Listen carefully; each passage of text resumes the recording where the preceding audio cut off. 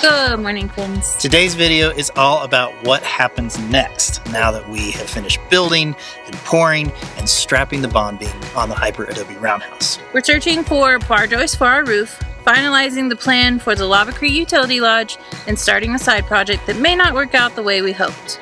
Welcome to another day on the Tiny Shiny Homestead.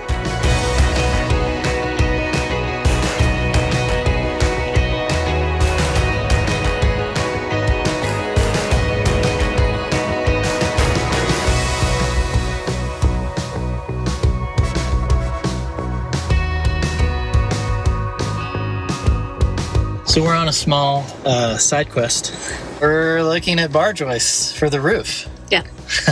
So we are all the way in New Mexico. Not too far, but you know. We got a hot tip on some bar joists. So we are going to go look at them and see if they will actually work before we commit to anything. Yeah. Wish us luck. We'll see how it goes. If they do work, then we got to figure out how to get them to the homestead, which is a whole other problem. Yeah. But we'll get to that next. Let's just go and see if it's going to work. Yes.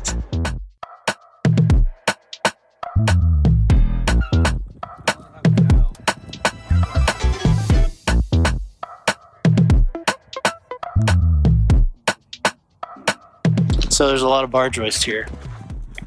You had like 50? Yeah, 50 bar joists. They're bigger than what we need. Watch out, that's sharp. They're 32 inches tall. We really only need 20 inches, but they're long enough to where we can cut some of them in half and do one half of the building and then cut a little bit off the others and do the big long spans. They're heavier duty than we need, but it's going to be hard to find this size bar joist at the price that we're looking at. They're a little rusty. We got to clean them up, but I think this will work. The question is really logistics. Are we going to be able to move them and get them back to our place? What do you think? I think it'll all work out. Okay. So this may be our bar joist, guys. Might be. It might be. So basically that was a 3.5-hour drive for a 15-minute conversation. Well, we needed to see them. We did need to see it in person. You know, the pictures just don't always tell the whole story. Yeah, and you just really want to look them over and make sure there's nothing too structurally wrong with them. So I think they look pretty good. It's obviously going to be a whole lot of work, but like cleaning them up and everything. But sure, but I mean, you only need to clean up the parts you got to connect to. It's going to be a lot. All right, so we'll just keep in touch and see when we can get them. So that trip was a couple of weeks ago, and here in real time, I think it's going to work. Yeah. We are already talking to multiple people about loading them and unloading them and transporting them. We're working out the logistics, and we think they're going to be here in a couple of weeks. This is very, very exciting. Oh my goodness.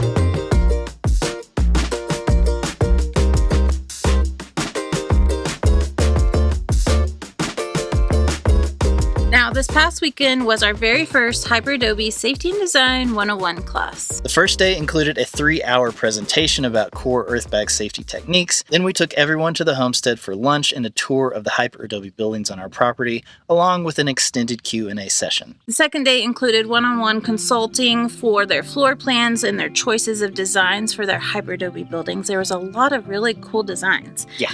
And all in all, we had about 50 people show up for this weekend, so this was by far our biggest event. It was, and it was really cool to sort of approach this in a different format. We got to meet so many cool people and like really hear about their big dreams and their plans. And then we were able to take like the last 6 years of experience that we have with Hyperadobe and help apply that to what they're doing to give them the best chance of success. It was really interesting to approach it in this format instead of like the normal highly edited videos that we put in on YouTube. This was very long. Like I said, 3 hours. There was lots of questions and answers, and I may still be recovering. My voice is almost gone from the last 2 days, but it was so great. I think it was also really great to have people come to the house and see it in person and be able to ask questions and really feel the materials. So I think this was a really good idea, Babe. I do too. Now, if you weren't able to make it, We will be doing a more edited version of this presentation that we'll put on YouTube, and a PDF of all the information included as well. But we're also thinking about maybe releasing the whole 3-hour thing, like if you just really want to nerd out, and we might charge for that. But let me know in the comments if it's something that you would be interested in.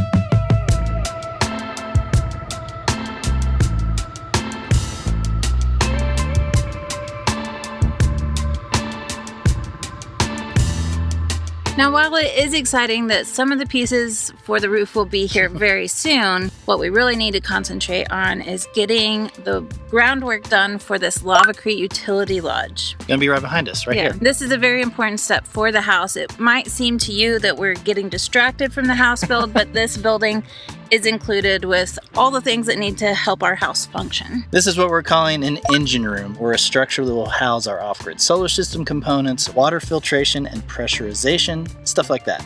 Keeping these items in their own building and actually closer to the new solar system array we're going to build, and then the water storage tank, that's going to be a much better way to sort of create our own grid that will then feed into the house so that it doesn't have to be inside the house. This is all years of planning and researching, and it's all finally starting to come together. And what's really cool is if you go back to the original Roundhouse videos, our plans are pretty much the same. Pretty much. Obviously some little differences here and there, but now that we're having to like really finalize those decisions, I'm getting a little stressed out. Just a little. I'm building out real solar arrays with the Iron Ridge Designer, looking at spec sheets for above ground water tanks. I'm using drone shots at scale to see what can actually fit over here, how we're going to trench all the utilities in and out. Welcome to my plan. We're just going to give you a quick overview and recap if you don't want to go watch the video from like 4 years ago. So here's the idea. As you can see, the roundhouse is right here.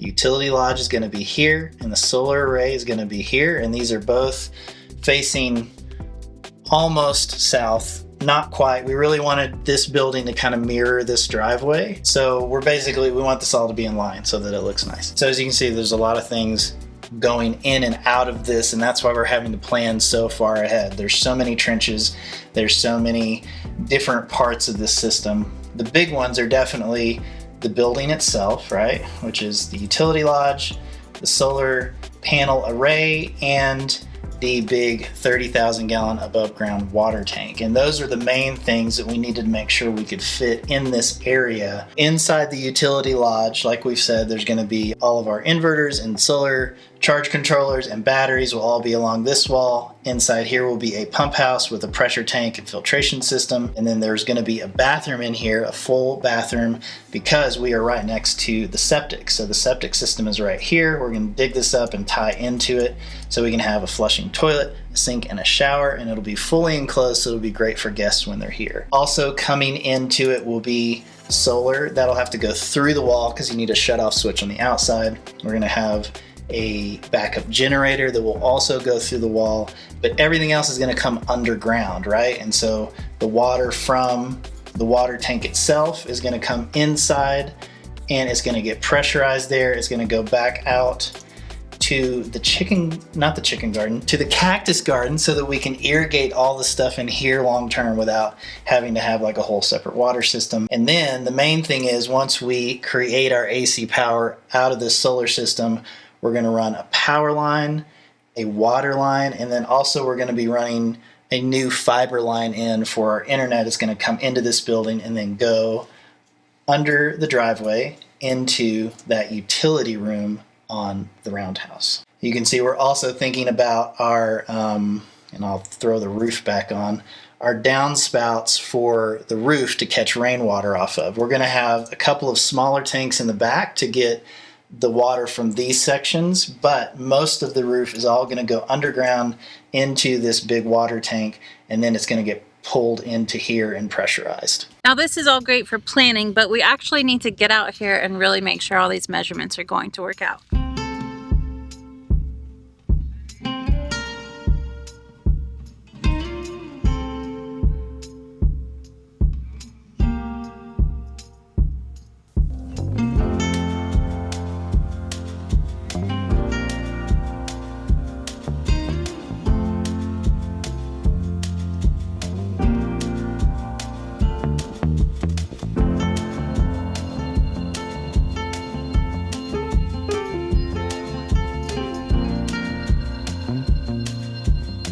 Today's been all about just super rough marks on the ground to make sure everything's going to fit.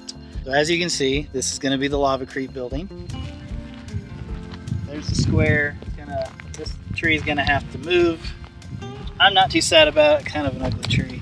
And then the back wall will be basically here, where the door entryway will be and the bathroom will be in this corner. Now, perfectly in line with this building, we're going to have a massive solar array. It keeps getting bigger the more math I do. It's about 70 feet long. It's going to start about 6 or so feet from the back of this wall, and it's going to go all the way down almost to the container, honestly. And the thing we don't love is we're going to lose a really nice mesquite. We may still see if there's another way we can work it. Our septic system is right here, and you can see these 4 dots. These are the leach lines. There's a trench that goes here, here, here, and here. And so we have to make sure we set all this stuff far enough back so that if we need to get machinery in here to dig this up and redo it, that we've got plenty of space.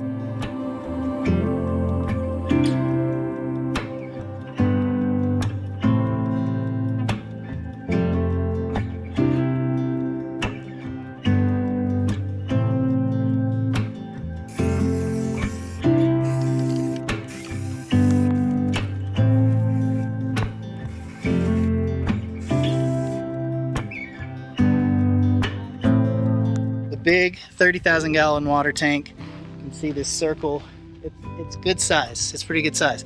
Now this is technically 30 feet. It's about 4 feet bigger than it needs to be because you're supposed to prep the area around it. So the tank itself won't be that big, but also we want to make sure the tank wasn't too close to the solar panels, it wasn't too far out into this driveway, and not sort of in the way of the house when you drive up the driveway. Now, I actually had Wilcox Rock and Sand out here to really scope this project and give us a quote. So they will be clearing all this land behind us. Now we are going to try to transplant this mesquite tree because it is so nice. It really now, is. We know that the odds of it surviving the transplant are pretty slim, but we're going to try it anyway. They're going to have a big enough machine here to get as far down on the taproot as we can, and then they're going to dig a huge hole and we're going to put it back in. We're going to try it. We're going to see if it works. It's worth a shot. Worth a shot. But yeah, otherwise we can't really do much more marking because they have to clear it, bring in the AB mix, level and compact, and then we have to remark, and then we can start drawing trenches and all that stuff. Yeah. But there's no point because they're just going to get rid of it all if we mark it now. Yeah, I'm a little bit worried about our timeline here, babe, because we only have 2 weeks to get this completed, and they still haven't showed up. Right, and the reason we only have 2 weeks is that we need to make sure that the concrete pad that they pour has enough time to cure before we start building the Lavacrete walls on top of it. Yeah, so we're running out of time. Wilcox Rock and Sand, please call me. I think we might go visit them today. Yeah.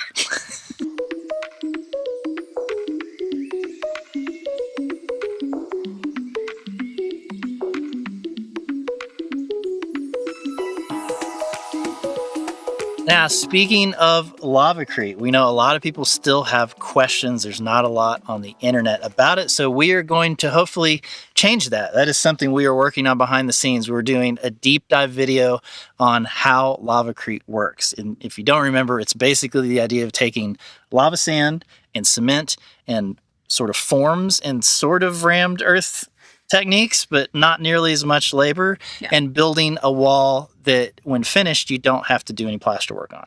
That's the goal. That's the goal.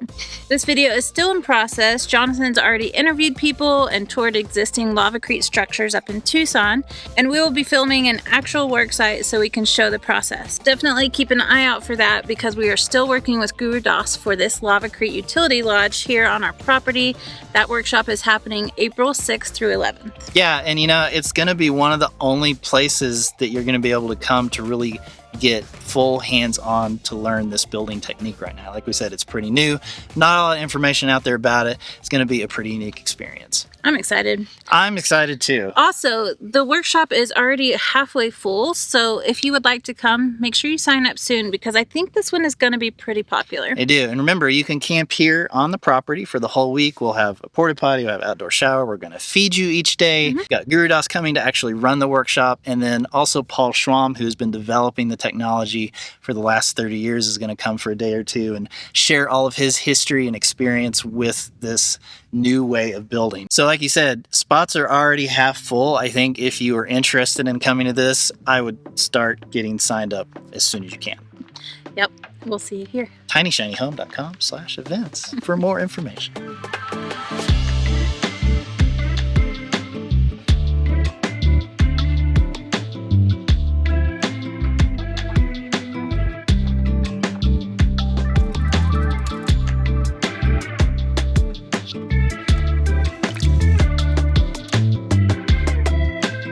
So what else is coming up? Well, I am working on a video of a failure. We already know it's gonna be. I already know it's a failure, but I'm gonna stick with it and show you all the failure.